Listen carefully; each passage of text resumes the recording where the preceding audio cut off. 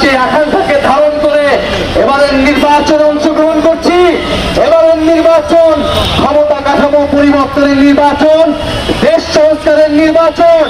সারা বাংলাদেশের ছাত্র জনতা, শ্রমিক, মহিলা আমাদের পক্ষে যেভাবে রাস্তায় নেমেছে, বাসায় বাসায় গিয়ে প্রচারণা করছে, জনজোয়ারকে ভয় পেয়ে গিয়েছে একটি দল।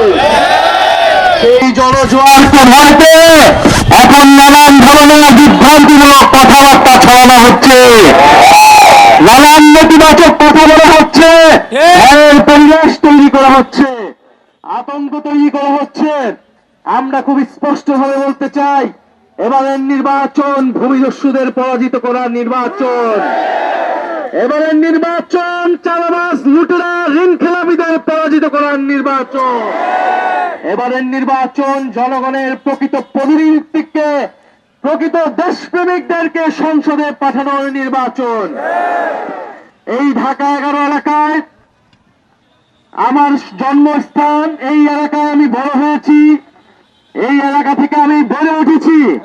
এই ঢাকা 11, এই বাড্ডা, ভাটারা, রামপুরা ঢাকার এত কাছে হওয়া সত্ত্বেও ঢাকার সকল নাগরিক সুযোগ সুবিধা এই এলাকায় আসে নাই। সুবিধা বঞ্চিত একটা এলাকা হিসেবে এই বাড্ডা, ভাটারা, সাঁতারকুল, বেড়াই, ফকিরখালী এই এলাকার মানুষ নানান সমস্যার জর্জরিত। এই এলাকার দীর্ঘ সমস্যা হচ্ছে ট্রাফিক জ্যাম, গ্যাস সংকট, বিদ্যুৎ সংকট, চাঁদাবাজ এবং সন্ত্রাস। আমরা কথা দিচ্ছি, আমরা এই এলাকার এই সমস্যাগুলো নিয়ে কাজ করব, সমস্যার সমাধান করব, চাঁদাবাজ এবং সন্ত্রাসকে সম্পূর্ণভাবে নির্মূল করব। আমরা এই অত্র এলাকার যত খেলার মাঠ দখল হয়েছে, জমি দখল হয়েছে, খাল দখল হয়েছে, সেগুলোকে আমরা পুনরুদ্ধার করব। এই অত্র ঢাকা 11 আসনকে একটা বাসযোগ্য এলাকা হিসেবে গড়ে তোলা আমাদের কমিটমেন্ট। আমরা চাই এই এলাকার যুব সমাজ তারা খেলাধুলা করবে, মাদক থেকে দূরে থাকবে এবং দেশ গঠনে ভূমিকা রাখবে। প্রিয় সংগ্রামী বন্ধুগণ, সমগ্র বাংলাদেশ আমাদের দিকে তাকিয়ে আছে। আমরা বাংলাদেশের মানুষকে প্রতিশ্রুতি দিতে চাই, গণ অভ্যুত্থানে আমরা রাজপথ থেকে সরে নাই, মাঠ থেকে আমাদেরকে সরানো যায় নাই, আমাদের লাশ পড়েছিল, কিন্তু জীবিত অবস্থায় আমরা এক চুলে সরে নাই। এবারের নির্বাচনে আমরা সেই একই প্রতিশ্রুতি জনগণের সামনে দিচ্ছি। আমাদের লাশ হয়তো ফেলতে পারবেন, কিন্তু জীবিত অবস্থায় আমাদেরকে সরাতে পারবেন না ভোট কেন্দ্রের সামনে থেকে। ফলে ভোট কেন্দ্র দখলের যদি পায়তারা থাকে, সিল মারার যদি পায়তারা থাকে, সেই পায়তারা আপনারা আগেই ভুলে যান, কারণ সেটা সফল হবে না।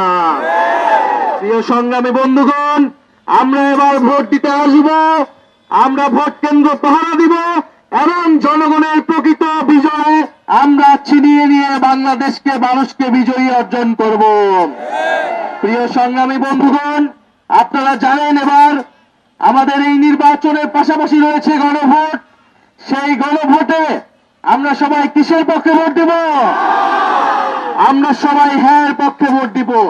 কারণ হ্যাঁ মানে সংস্কার, হ্যাঁ মানে সুশাসন, হ্যাঁ মানে সার্বভৌমত্ব, হ্যাঁ মানে 10 দলীয় নির্বাচনী ঐক্য, হ্যাঁ মানে জুলাই গণ অভ্যুত্থান।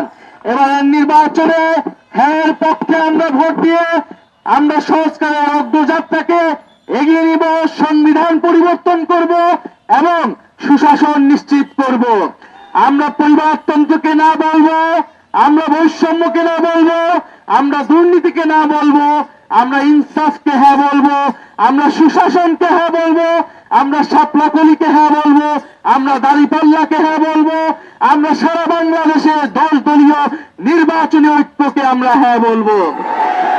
প্রিয় সংগ্রামী বন্ধুগণ, এই 11 আসনে আমরা আনুষ্ঠানিকভাবে আমাদের নির্বাচনী যাত্রা আজকে শুরু করছি।